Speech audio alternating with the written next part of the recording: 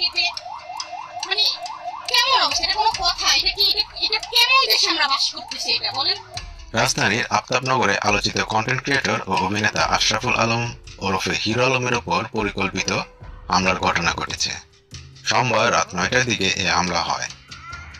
Hero আলমের official Facebook page থেকে রাত 10টা 16 মিনিটে জানানো হয় দুর্বৃত্তরা তাকে মারধর করে অজ্ঞান করে ফেলে যায়।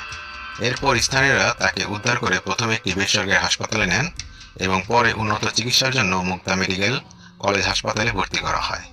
প্রত্যক্ষদর্শীরা জানান অন্তত 5-6 জন হামলাকারী 3টি মোটরসাইকেলে ঘটনাস্থলে আসে।